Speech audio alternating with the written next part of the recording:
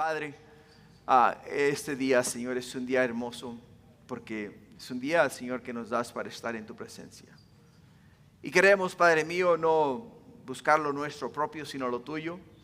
Y queremos que tu palabra sea la que ese día nos hable y nos ministre, y a través de ella, oh Padre mío, podamos aprender lo que el Espíritu, oh Señor, dice a las iglesias.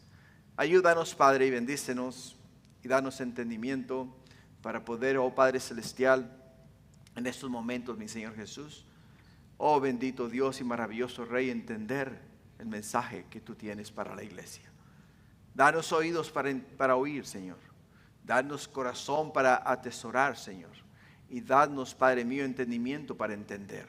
Oh Padre Santo, remueve toda distracción. Quita, oh Padre Santo, todo aquello que nos preocupa.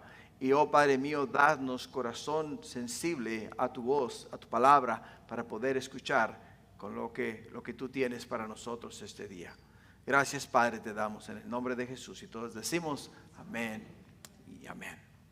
Gloria a Dios. Hermanos, este día vamos a estar en el libro de Marcos, capítulo 2, de los versículos 13 al 17. He titulado el mensaje La misión de Jesús. La misión de Jesús. El día de hoy vamos a ver mucha gente que venía a Jesús y cómo Jesús hacía de sus reuniones la prioridad de enseñar, o sea, la enseñanza de la palabra de Dios. La enseñanza de la palabra de Dios. Ya hemos visto y comprobado que muchos venían a Jesús por las señales, milagros y prodigios que él hacía. Juan capítulo 6, versículo 30, nos dice que le dijeron entonces, ¿qué señales pues haces tú para que veamos y te creamos? ¿Qué obras haces? ¿Se das cuenta? O sea, los líderes religiosos y el pueblo en general, la mayoría de ellos venían a Jesús para mirar sus señales, para mirar las cosas que él hacía. Y la palabra de Dios nos lo pone de esta manera. Le hacen una pregunta a él: ¿qué señales pues haces tú? O sea, ¿qué vas a hacer? ¿Qué cosas sobrenaturales vas a hacer para que entonces podamos creer a lo que tú nos dices, quién tú eres? O sea, ellos querían señales. Y desafortunadamente, como te das cuenta, la prioridad de Jesús no era hacer milagros, no era hacer prodigios, ni era hacer señales. La prioridad y la misión del Hijo de Dios era enseñar al pueblo la palabra de Dios. Enseñarles a ellos acerca del reino de Dios. Los milagros, los prodigios, las señales que Jesús hizo y hacía mientras caminaba aquí en la tierra, simplemente daban testimonio de que Él venía de parte de Dios.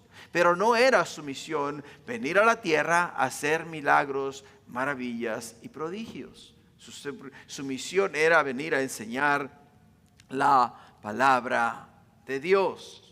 Jesús les dice a sus discípulos en el libro de Marcos capítulo 1, versículo 38, donde dice: vamos a lugares vecinos. Dice, ¿para qué? Dice, para que predique también allí. Porque dice, para esto he venido. ¿Te das cuenta? Jesús nos dice a nosotros que Él ha venido con el fin y el propósito de predicar, de enseñar la palabra de Dios. Para Él es muy importante que todos nosotros conozcamos acerca del reino de Dios, que aprendamos lo que a Dios le agrada, lo que Dios ha dejado como verdad para la vida eterna, y entendamos el mensaje divino. ¿Por qué, hermanos? Porque un milagro o una señal o un prodigio que tú puedas ver, en ese momento te entusiasma.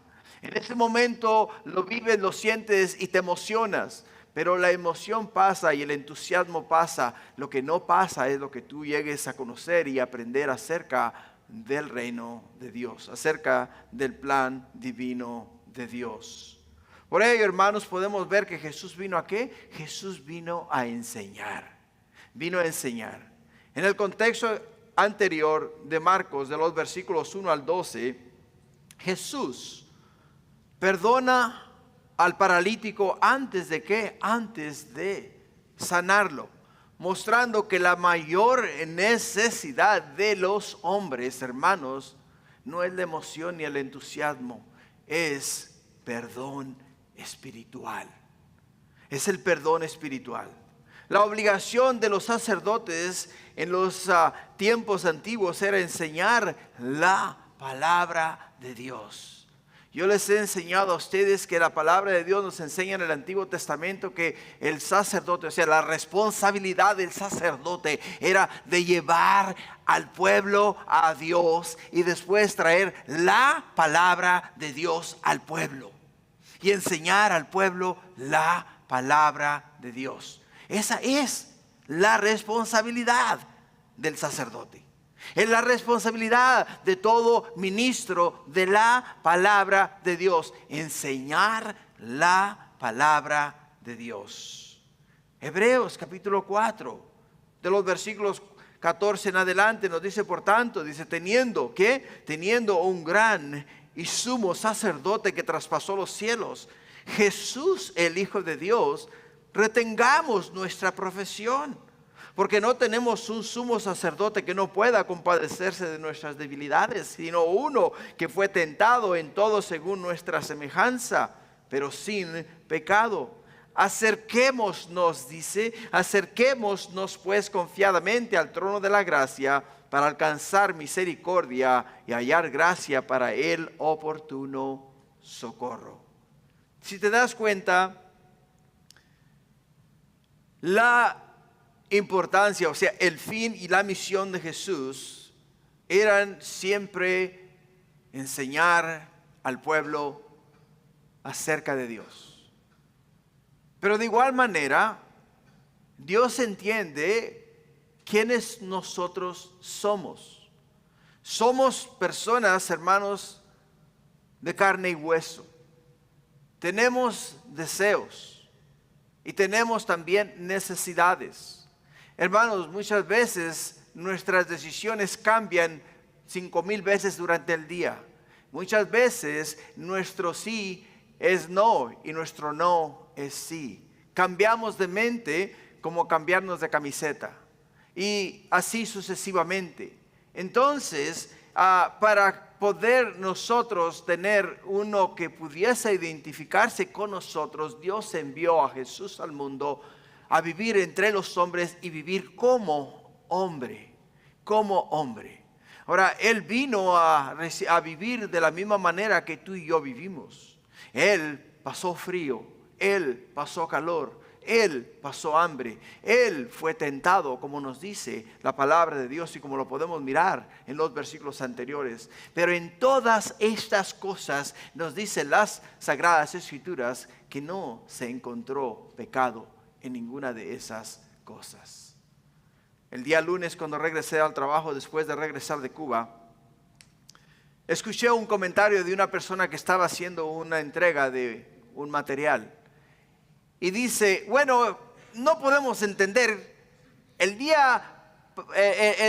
sábado pasado, el viernes pasado, un frío que nos moríamos de frío y hoy lunes un calor que es insoportable, no podemos entender. Y se estaba quejando del clima, quejando del tiempo. Y eso somos nosotros. ¿Te das cuenta? Eso somos todos nosotros. Nos quejamos si hay frío, nos quejamos si hay calor, nos quejamos si tenemos hambre, nos quejamos si comemos mucho, nos quejamos si dormimos bien o si dormimos demasiado o si no dormimos suficiente. O sea, siempre siempre nos estamos quejando. Siempre. Pero entendamos algo, de la misma forma Jesús también pasó y vivió todas estas cosas. Y en ningún momento Él pecó ante el Padre, Por ello, Jesús, el Hijo de Dios, vino a dejar a nosotros ejemplo de lo que es agradar a Dios y cómo se puede agradar a Dios. Cuando tú llegas a conocer a alguien de verdad que le conoces y sabes quién Él es o quién ella es, le valoras por quién Él es o por quién ella es. Le conoces porque sabes sus debilidades, sabes literalmente lo que le gusta y no le gusta, sabes a dónde le gusta ir, a dónde no le gusta ir. O sea, le llegas a conocer de una manera profunda, íntima. Y cuando llegas a ese punto de la vida de esta persona, entonces tiendes a comprender mejor las cosas. Jesús caminó en el mundo y vivió en el mundo y comprende nuestras necesidades. Pero sobre todas las cosas se entiende que necesitamos la ayuda divina de Dios. Necesitamos a Dios todos los días de nuestra vida. Por ello, en la sanidad del paralítico, Jesús primero perdona ¿qué? Los pecados, sus pecados, y después sana su cuerpo. Lo que esto revela, hermanos, es que su misión principal no era hacer milagros, ¿te das cuenta? Su misión principal era enseñarle a este individuo, a esta persona, que Dios lo ama. Lo ama tanto que está dispuesto a perdonarle sus pecados. El amor de Dios es tan inmenso, pero tan inmenso, que está dispuesto a sacrificar a su propio Hijo para pagar por nuestros pecados. Y ese es el amor de nuestro Dios. Ahora entiende algo. Si nosotros no llegamos a entender o a conocer a Jesús de esa forma o de una forma íntima y personal, nunca vamos a entender su misión. No vamos a entender su misión. Y la única manera que vamos a conocer a Jesús es a través de la palabra de Dios. Porque la palabra de Dios nos enseña a nosotros acerca de la mente y el corazón de Dios, nos enseña acerca de la misión del Hijo de Dios y nos enseña acerca del Consolador, que es el Espíritu Santo, y nos enseña acerca de la vida eterna. Y está todo plasmado en la palabra de Dios. En la palabra de Dios. Por ello, el tema de hoy, hermanos, es la misión de Jesús. La misión de Jesús. Y lo que nos lleva al primer punto de la misión de Jesús es que es una misión que busca a pecadores. La misión de Jesús, en la misión de Jesús encontramos una misión que busca a pecadores. Y lo miramos de los versículos 13 al versículo 14. En el versículo 13 dice: después volvió a salir al mar, y toda la gente venía con él y les enseñaba. Y al pasar vio a Leví, hijo de Alfeo, sentado al banco de los tributos públicos, y le dijo: sígueme. Y levantándose le siguió. Levantándose le siguió. La palabra después volvió a salir al mar.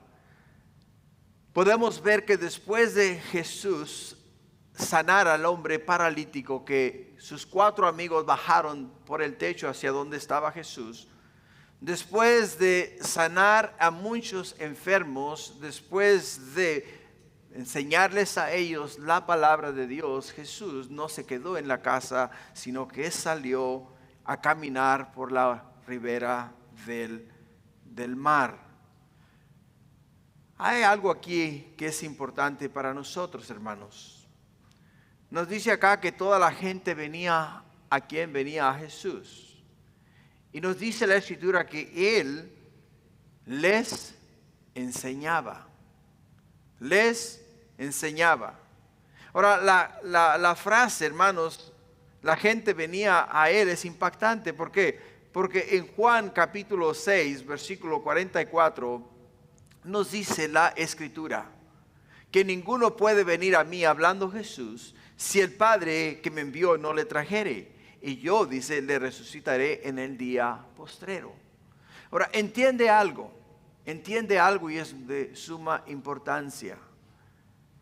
Cuando hablamos de Dios, hablamos de tres personas en una. Hablamos de 3 personas en una. Hablamos del Padre, del Hijo y del Espíritu Santo. 3 personas en una. O sea, los 3 son una sola persona. El Padre es el que nos creó a todos nosotros. El Hijo de Dios es el que nos otorga la salvación a nosotros. Y el Espíritu Santo es el que nos convence de pecado, de justicia y de juicio. El Espíritu Santo. El Espíritu Santo nos dice que antes de nosotros venir a Jesús, caminaba con nosotros. O sea, caminaba con nosotros. No en nosotros, o sea, no dentro de nosotros, sino que caminaba con nosotros. O sea, es como que tú vas caminando por la calle y al lado tuyo va otra persona. Y esa otra persona, aunque no va en ti, sino va al lado tuyo, así es como camina el Espíritu Santo con aquellas personas que aún no han hecho una confesión de fe ni han aceptado a Jesús en su corazón. ¿Por qué? Porque el Espíritu Santo camina al lado de ellos o camina con ellos. Camina con ellos. Y es muy importante entender eso. ¿Por qué? Porque miramos aquí en las Sagradas Escrituras que dice que la gente venía ¿a quién? Venía a Jesús. Venían a Jesús. Lo que miramos es que el Espíritu de Dios que camina al lado, o sea, con nosotros, antes de venir a Jesús, les pone a ellos en su mente y en su corazón la necesidad de un Salvador, la necesidad de alguien que perdone a ellos sus pecados. Y mientras ellos van caminando, ellos sin darse cuenta están siendo canalizados, o sea, están siendo llevados. ¿A quién? Están siendo llevados al Hijo de Dios, el cual puede perdonar sus pecados. Puede perdonar sus pecados. O sea, el Espíritu Santo les convence a ellos de pecado. ¿Por qué? Porque son pecadores, necesitan un Salvador. Les convence de justicia, o sea, la justicia de Dios es la que nosotros merecemos. Y el juicio es cuando te sentencian y ya estás sentenciado a vivir fuera del reino de Dios, o sea, en el infierno por la eternidad, si no haces o si no aceptas a Jesús en tu corazón. O sea, esa es la obra del Espíritu Santo. Podemos ver la obra del Espíritu Santo que traía, ¿qué? Venía al lado de la gente, caminando con la gente, dirigiendo la gente hacia ¿dónde? Hacia Jesús, el que los podía salvar a ellos. Los podía salvar a ellos. Ahora, en el libro de Juan, en el capítulo 6, en el versículo 65, escucha bien lo que nos dice Jesús en estos versículos. Dice: por eso os he dicho que ninguno puede venir a mí. Escucha, ninguno puede venir a mí si no le fuere dado por el Padre. ¿Te das cuenta? Ninguno puede venir a mí si no le fuere dado por el Padre. Acá podemos ver a Jesús, hermanos, de hacer algo o caminar literalmente a la ribera del mar de Galilea, caminar por el camino que conduce de Galilea a la ciudad de Damasco, caminar por ese camino. Y al caminar por ese camino, ¿qué es lo que podemos ver? Es que cómo Dios de una manera sobrenatural comienza a canalizar todas las personas, o sea, llevarlas hacia donde estaba ¿quién? Hacia donde estaba Jesús. Jesús, cuando comienza su ministerio, les dice a ellos estas palabras: arrepentíos, porque el reino de Dios se ha acercado. O sea, Jesús les dice a ellos: ustedes necesitan reconocer que son pecadores.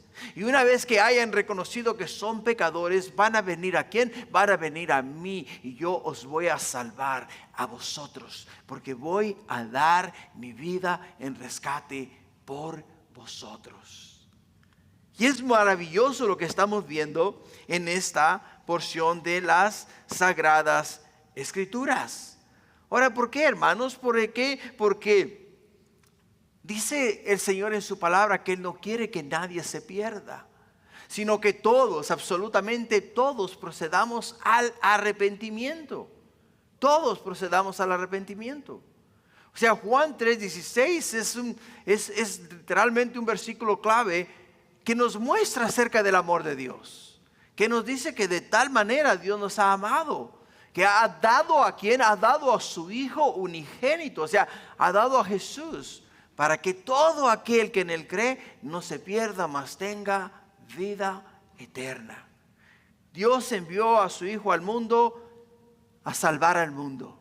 Dios envió a su Hijo al mundo a enseñar al mundo acerca de la vida eterna, de lo que Dios tiene para nosotros. Ahora, después de haber establecido que Jesús tiene, hermanos, autoridad para perdonar, vamos a verlo ahora. Perdonar a alguien que la sociedad considera de lo peor, un recaudador de impuestos. Fíjate lo que dice el versículo 14. Dice: al pasar vio a Leví, hijo de Alfeo, sentado al banco de los tributos públicos, y le dijo: sígueme. Y levantándose, nos dice que le siguió. Jesús, cuando vio a Leví, Él miró más allá de lo que tú y yo podemos mirar. Y es algo que nos debería de ayudar a nosotros a mirar las cosas con los ojos de Dios, a mirar las cosas con una perspectiva divina, a mirar las cosas, hermanos, no con, digamos, de la forma en la cual hemos aprendido o creemos que deba de ser. No, tenemos que mirar las cosas como Dios las mira. Leví, también conocido como Mateo, significa don de Dios. Don de Dios. Y vio en Leví, o sea, vio en Mateo. Leví es Mateo, el cual escribió el libro de Mateo, ¿te das cuenta? Leví es Mateo, el cual escribió el libro de Mateo. Y la palabra en sí significa don de Dios. Y cuando Jesús vio su potencial, no solamente miró en él a una persona que estaba acostumbrado al desprecio, estaba acostumbrado a escuchar palabras ofensivas, sino que miró a una persona, miró a un pecador que necesitaba salvación. Y cuando Jesús lo llamó y le dijo: sígueme, ¿qué es lo que hace él? Inmediatamente nos dice la Escritura que lo siguió. Ahora, hay algo que debes de entender y es muy importante. Leví, de acuerdo a lo que podemos leer y entender en las Sagradas Escrituras, era un levita. O sea, era un hombre que su trabajo, su oficio era enseñar la palabra de Dios. Venía de la tribu de Leví, que había sido establecida para enseñar la palabra de Dios.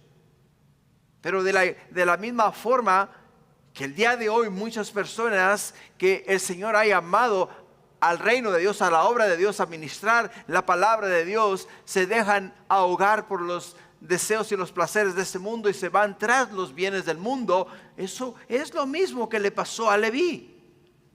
¿Por qué? Porque un cobrador de impuestos en aquel entonces no trabajaba para Israel, trabajaba para el gobierno romano. Y al trabajar para el gobierno romano, su trabajo era cobrarle impuestos a las personas.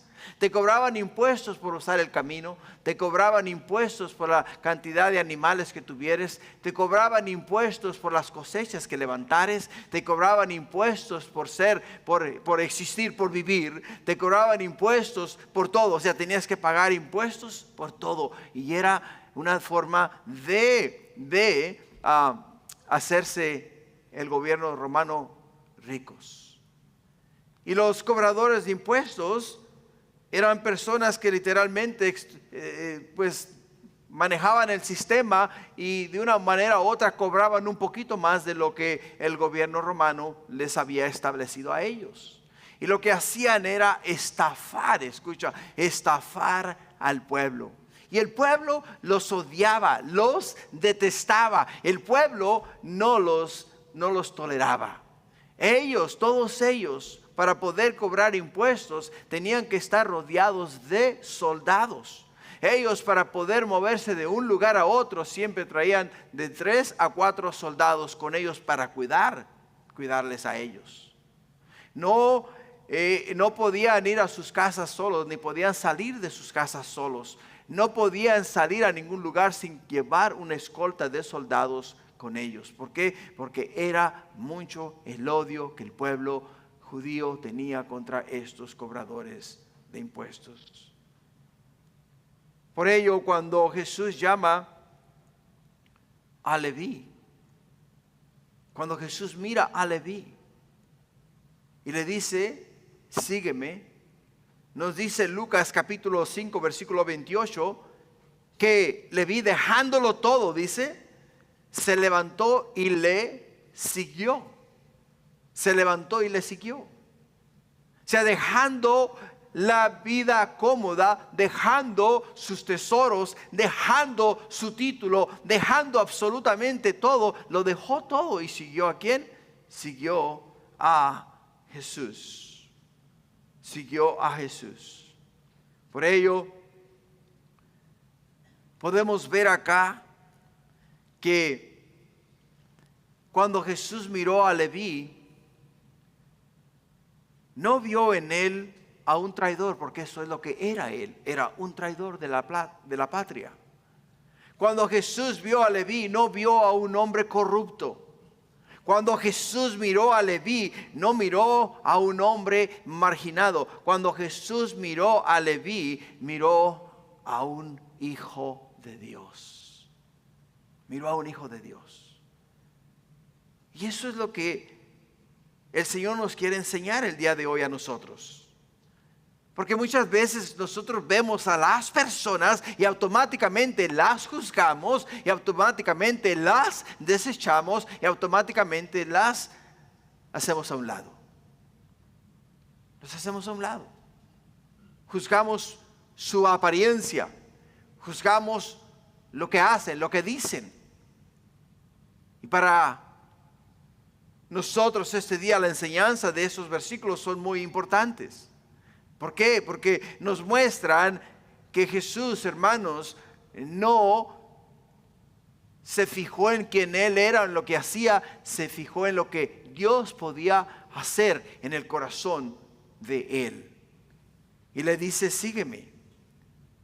Y esa frase era común cuando un maestro llamaba a sus discípulos. Y significaba caminar conmigo, significaba aprender de mí. Y Jesús ya había llamado a Pedro, Andrés, Jacob y Juan, y ahora llama a Leví y le dice, Leví, ven a caminar conmigo, ven a aprender de mí, ven a aprender de mí.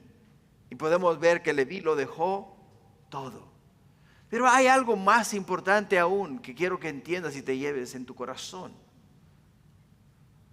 Andrés, Pedro, Juan, Jacob, podían ellos en cualquier momento, escucha, regresar y continuar su oficio, o sea, continuar pescando. Y nadie les iba a decir si sí o si no. Iban a poder ejercer su oficio libremente sin que hubiese en ellos o para ellos ninguna clase de persecución. Cuando Leví dijo sí a Jesús, Leví sabía que dejando él su oficio, literalmente iba a dejar su escolta de soldados, iba a dejar su posición económica, iba a dejar literalmente todas las cosas que él conocía, la gente con la cual él se asociaba, que eran otros publicanos, iba a dejarlo todo. Y él no podía regresar atrás.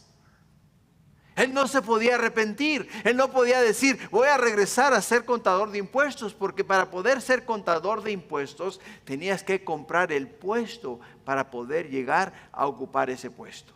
Y era muy costoso. Muy costoso. Por ello, cuando él dijo sí a Jesús, sí, él dijo, me voy con todo, sin regresar atrás, sin volver atrás, sin volver atrás. Muchas veces cuando comenzamos en la obra o en el ministerio, decimos, bueno, si esto no trabaja, pues por lo menos tengo un trabajo donde ir a trabajar, ¿no? Para ellos no era, para Leví este no era el caso. Leví lo dejó todo, lo dio todo y lo entregó todo, y para él no había vuelta atrás. No había vuelta atrás. Y ese debe de ser el ejemplo que nosotros los hijos de Dios debemos de seguir. Cuando tú y yo decimos sí a Jesús, tenemos que entender que cuando dices sí y cuando dices voy a seguir a Jesús, tienes que entender que todo lo que tú conocías atrás se queda atrás. La vida que antes vivías ya no la vas a poder vivir, porque no puedes regresar más a esa vida. Por el hecho de que tu cambio te va no solamente a afectar a ti, sino que va a afectar a aquellos que están a tu alrededor. Aquellos que un día te conocieron y ahora te conocen, te van a ridiculizar. Te van a ofender, te van a llamar nombres e incluso te van a excluir de sus reuniones. No te van a aceptar en sus vidas. Te van a apartar del camino. Y Leví sabía eso. Y porque Leví sabía eso, cuando él dijo sí, él sabía que era para adelante y solamente para adelante. A seguir a Jesús. Lo que nos lleva, hermanos, al segundo punto. En el segundo punto encontramos una misión que se acerca al necesitado. Miramos a Jesús acercándose ¿a quién? Acercándose al necesitado. En los versículos 15 al 16. Aconteció, dice, que estando Jesús a la mesa en casa de él, muchos publicanos y pecadores estaban también a la mesa juntamente con Jesús y sus discípulos. Porque había muchos que le habían seguido, y los escribas y los fariseos, viéndole comer con los publicanos y con los pecadores, dijeron a los discípulos, ¿qué es esto? Que él come y bebe con los publicanos y pecadores. En el libro de Lucas, capítulo 5, versículo 29, nos dice la escritura que Leví le hizo un gran banquete en su casa. ¿A quién? A Jesús. Después de que Leví aceptó el llamado de Jesús, y cuando dijo, está bien, Señor, te sigo, dice, voy a seguirte. Recuerda que Leví y todos los publicanos y cobradores de impuestos, absolutamente todos ellos eran considerados traidores, eran considerados estafadores, eran considerados ladrones, por lo tanto eran desahuciados de la sociedad. La única vida social que ellos tenían era entre ellos mismos. No había otra vida social. Es más, e incluso sus mismas familias los desechaban a ellos. Sus mismas familias sufrían por el oficio que ellos habían escogido. Por ello, cuando miramos en el libro de Lucas 5:29, dice, Leví le hizo un gran banquete en su casa, y había mucha compañía de publicanos y de otros que estaban a la mesa con ellos. A la mesa con ellos. Ahora, entiende, los fariseos y los escribas no se relacionaban con esa clase de gente. No se relacionaban con ellos. No se relacionaban con publicanos, no se relacionaban con pecadores, no se relacionaban con nadie que ellos consideraran impuros o inmundos. Y por ello, cuando miran a Jesús, el cual, hermanos, les enseñaba acerca del reino de Dios como nunca nadie les había enseñado a ellos, el cual hacía milagros, maravillas y prodigios, el cual sanaba a los enfermos, sanaba a los leprosos, limpiaba a los leprosos, y no solamente eso, que también resucitaba a los muertos, no podían entender cómo es que Jesús, si era considerado hijo de Dios, se podía relacionar con pecadores como ellos. No lo podían entender. ¿Por qué? Porque podemos ver y entender, hermanos, que muchas veces nos consideramos mejores que otras personas. Y cuando nos consideramos mejores que otras personas, estamos juzgando a las demás personas y estamos poniéndonos en el papel de jueces, el cual solamente le pertenece a Dios. Y Dios es el único que puede juzgar.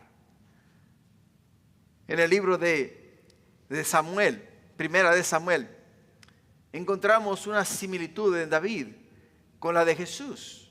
Nos dice acá en el libro de Samuel, capítulo 22, versículo 1, dice: yéndose luego David de allí, huyó a la cueva de Adulam, y cuando sus hermanos y toda la casa de su padre lo supieron, vinieron allí a él. Y se juntaron con él todos los afligidos y todo aquel que estaba endeudado y todos los que se hallaban en amargura de espíritu. Y fue hecho jefe y tuvo consigo como 400 hombres. En el libro de Mateo capítulo 9 versículo 13 dice: id pues y aprended lo que significa. Acuérdate de estas palabras: misericordia quiero y no sacrificio, porque no he venido a llamar a justos sino a pecadores al arrepentimiento. Y en el libro de Lucas 5:32 nos dice: no he venido a llamar a justos sino he venido a ¿qué? A pecadores al arrepentimiento. Jesús nos lo dice de una manera clave. La misión del Hijo de Dios no es de venir a buscar a aquellos que se consideran mejores o superiores, sino venir a aquellos que han sido o son hechos a la escoria de la sociedad. Aquellas personas que literalmente los consideran como que no tienen esperanza. ¿Quiénes eran ellos en los días de Jesús? Los publicanos, los cobradores de impuestos, los leprosos, los enfermos. Todas aquellas personas que estaban desahuciadas eran a las personas a las cuales vino Jesús. En el versículo 16 dice que los escribas y los fariseos, viéndole comer con los publicanos y con los pecadores, le dijeron a sus discípulos, o sea, a los que seguían a Jesús, que eran Pedro, a Juan, a Andrés y Jacob. Les dijeron a ellos: ¿qué es esto? Que él come y bebe con los publicanos. Ahora, ¿entiende algo acá? Los fariseos no solamente se oponían a Jesús, sino que estaban siempre criticando la obra de Jesús. Los fariseos eran un grupo religioso conservador muy respetado, pero muy a menudo estaban en desacuerdo con Jesús. El nombre fariseo en sí significaba los separados. Ellos se separaban a sí mismos de cualquier cosa que fuera inmunda, y ellos pensaban que todos, excepto ellos mismos, estaban separados del amor de Dios. Lo que quiere decir es que todos, en general todos, no solamente a Jesús, sino todos estaban separados del amor de Dios, porque ellos se habían separado específicamente para buscar a Dios. Muchas veces es lo que nos pasa a nosotros. Nos consideramos mejores que otros. Creemos que nosotros somos los únicos que tenemos la razón. Creemos que somos los únicos que vamos a llegar al cielo. Creemos que somos los únicos que vamos a ser salvos. Y cuando lleguemos al cielo, hermano, nos vamos a llevar una gran sorpresa. Una gran sorpresa. Porque ahí en el cielo vamos a encontrar leprosos. Ahí en el cielo vamos a encontrar personas que la sociedad había desahuciado. Ahí en el cielo vamos a encontrar personas que hicieron y cometieron atrocidades aquí en la tierra. Hicieron muchas cosas horribles en este mundo. Y al final del día reconocieron que eran pecadores. Se arrepintieron e invitaron a Cristo a entrar en su corazón. Y Dios les dio acceso a la vida eterna. Les dio acceso a la vida eterna. Los líderes religiosos no solamente evitaban a los pecadores, pero no entendían que ellos también eran pecadores. ¿Por qué? Porque Romanos 3:10 nos dice, como está escrito, no hay justo ni aún uno. No hay justo ni aún uno. O sea, no hay nadie que pueda decir a Dios, Señor, yo soy justo. Señor, yo no soy pecador. Señor, yo soy bueno. ¿Por qué? Porque Jesús mismo, cuando aquel joven religioso vino a él y le dice, Maestro bueno, ¿qué debo de hacer para heredar el reino de los cielos? Jesús le reprende y le dice, no hay bueno sino uno solo, y ese es Dios. Ese es Dios. Lo que nos lleva al tercer punto, que es el versículo 17. Y en el tercer punto encontramos una misión que sana espiritualmente. En el versículo 17 miramos que al oír esto Jesús les dijo, los sanos, escucha, los sanos no tienen necesidad de médico, sino los enfermos. No he venido a llamar justos, sino ¿a qué? A llamar pecadores. A llamar pecadores. O sea, Jesús les dio a ellos, les declaró a ellos su misión. Les declaró a ellos su misión. Jesús les dice a ellos, el que está sano no necesita ir al médico. ¿Por qué? Porque está sano. Pero los que están enfermos son los que tienen que ir ¿a dónde? Tienen que ir al médico. Y les dice, no he venido a llamar justos, sino a pecadores. Ahora, ¿qué significa esto, hermanos?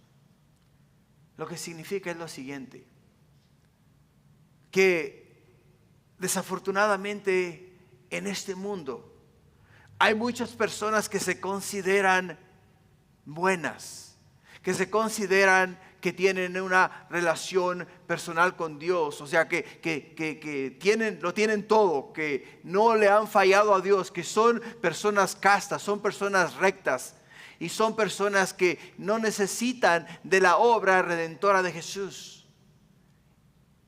Y es ahí donde podemos ver que practican una religión, y esa religión es la que los mantiene separados de Dios. Pero al final del día entiende, escucha y reconoce esto, que la religión no salva a nadie. La religión no salva a nadie. ¿Por qué? Porque la religión es un intento del hombre para llegar a Dios, pero no puede llegar a Dios. ¿Por qué? Porque el pecado del hombre lo separa de Dios. Lo separa de Dios. Y cuando la religión, hermanos, te hace, o sea, te empodera a ti, y una vez empoderado te sientes que porque soy parte de esta religión, yo ya tengo asegurada la vida eterna en el cielo. Pero en sí, lo único que te asegura la vida eterna en el cielo es Jesús. Porque Jesús nos dice en Juan 14 que Él es el camino, que Él es la verdad y que nadie viene al Padre si no es a través de Él. ¿Te das cuenta? Y Jesús les dice a ellos, aquí en este versículo, les dice, no he venido a llamar justos. ¿Por qué? Porque los justos se consideran que no necesitan la salvación de Jesús. Que no necesitan la salvación de Jesús. Y porque te consideras justo, entonces por ello es que no buscas de Jesús. Y al final del día el infierno, hermanos, está lleno de personas que se consideran o se han considerado justos. Y por su propia justicia ellos vivieron así toda su vida. Pero al final del día la misma palabra de Dios nos dice que no hay justo ni siquiera uno. Todos, hermanos, todos, absolutamente todos hemos pecado. Todos. Y no podemos vivir sin ser justificados por la sangre del Cordero, por la sangre de Cristo Jesús. Para poder nosotros, hermanos, llegar al cielo, tenemos que ser declarados justos por la obra redentora del Hijo de Dios, por la obra redentora de Cristo Jesús. Por ello Jesús les dice a ellos: todo aquel que es pecador, como Leví, como los demás cobradores de impuestos, como los demás publicanos, todos ellos saben y entienden que la única esperanza para ellos soy yo, dice Jesús. Y por ello es que no solamente están agradecidos porque yo les he invitado a venir a mí, sino les he prometido a ellos la vida eterna. Les he prometido la vida eterna.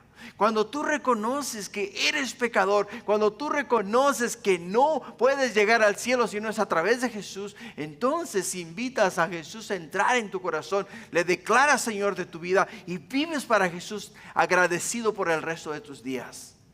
Y eso fue lo que hizo Leví. Leví sabía que no tenía, estaba desahuciado. Leví no podía más recibir enseñanza en la sinagoga, no podía entrar en una sinagoga. Leví no podía ser parte de ningún evento religioso. Leví no podía ir a estar con su familia. Era desahuciado, era desechado por la sociedad. Y cuando Jesús le dice a él: sígueme, él entendió que eso era lo que él necesitaba. Necesitaba a Jesús, necesitaba a alguien que le mostrase a él misericordia, necesitaba a alguien que le amase, que le hiciese sentir que él era alguien, que él era amado. Era amado. Y muchas veces ese es lo que nos pasa en la vida, o lo que le pasa a muchas personas. Por ello, cuando tú reconoces, literalmente reconoces que necesitas a Jesús, porque sin Jesús tu destino final es el infierno, donde nos dice la Escritura que la llama nunca se apaga y el gusano nunca deja de comer. Cuando reconoces que Jesús es el camino, la verdad y la vida, cuando entiendes que la única vía para llegar al Padre es Él, entonces no solamente le invitas a entrar en tu corazón, sino que de ahí en adelante vives agradecido por lo que Él hizo por ti y no vuelves atrás. No vuelves atrás. Cuando Dios le dice, ¿a quién? Le dice a Lot en el libro de Génesis: Lot, voy a destruir a Sodoma y a Gomorra. Voy a destruir a Sodoma y a Gomorra por el pecado tan grande que hay entre ellos. Le dice: anda, sal tú y tu familia. Sal tú y tu familia de Sodoma y de Gomorra. Y Lot no salía. No quería salir porque aún quedaban en la ciudad sus hijas, quedaban en la ciudad sus hijos y no quería salir. Entonces finalmente los ángeles agarran a Lot, agarran a la esposa de Lot y agarran a las dos hijas de ellos y los transportan de una manera sobrenatural de la ciudad, los sacan de la ciudad. Y una vez salidos de la ciudad les dan a ellos instrucciones, les dicen: vayan hacia las montañas y no miren hacia atrás. No miren hacia atrás. No miren para atrás. Sigan hacia adelante, hacia donde yo los envío. Y cuando ella, la esposa de Lot, miró que iban hacia adelante, que le dio curiosidad y dio la vuelta para ver lo que estaba pasando en Sodoma y Gomorra. Y nos dice la palabra de Dios que se convirtió en una estatua de sal. ¿Por qué? Porque miró hacia atrás. Miró hacia atrás. Si miramos hacia atrás, perdemos el enfoque, perdemos el llamado. Tenemos que mantener los ojos hacia la meta, hacia el supremo llamamiento, hacia Cristo Jesús. Leví sabía que cuando él dijo sí a Jesús, no había vuelta atrás, porque no había a qué regresar. No tenía futuro de otra manera. Por ello, hermanos, la aplicación más importante para este mensaje es que si hemos venido acá creyendo que somos justos y que no necesitamos a Jesús, quiero que sepas que Jesús no vino acá al mundo por ti. Él vino por los pecadores. Él vino por los pecadores. Jesús vino a enseñar el reino de Dios y su justicia. Jesús vino a sanar a aquellos que necesitan ser sanos del pecado. Jesús vino a salvar a los pecadores, aquellos que se han perdido y saben y entienden que necesitan a Jesús para la vida eterna. Por ello, es muy importante entender eso en la conclusión. Entiéndelo y reconócelo y entiende que sin Jesús, sin el Hijo de Dios, no podemos ver la vida eterna en el cielo con el Señor. Amén.